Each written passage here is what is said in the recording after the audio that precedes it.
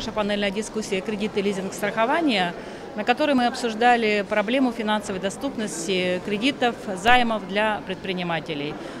Несмотря на то, что в последнее время и банки изменили свою позицию по кредитованию бизнеса, и очень много мер принимается на государственном уровне по финансовой поддержке, тем не менее, как показывает опрос предпринимателей, проблема финансовой доступности кредитов и займов до сих пор является одним из основных препятствий в развитии бизнеса.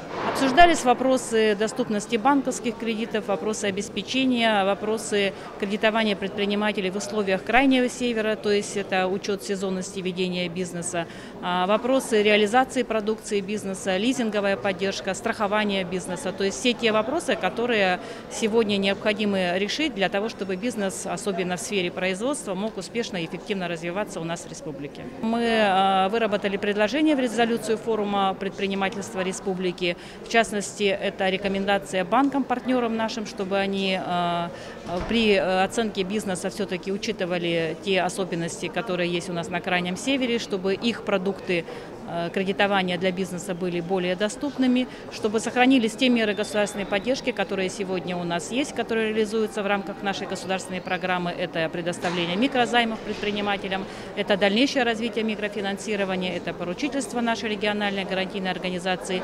И чтобы предприниматели более активно участвовали в программах, которые реализуются Федеральной корпорацией по развитию предпринимательства.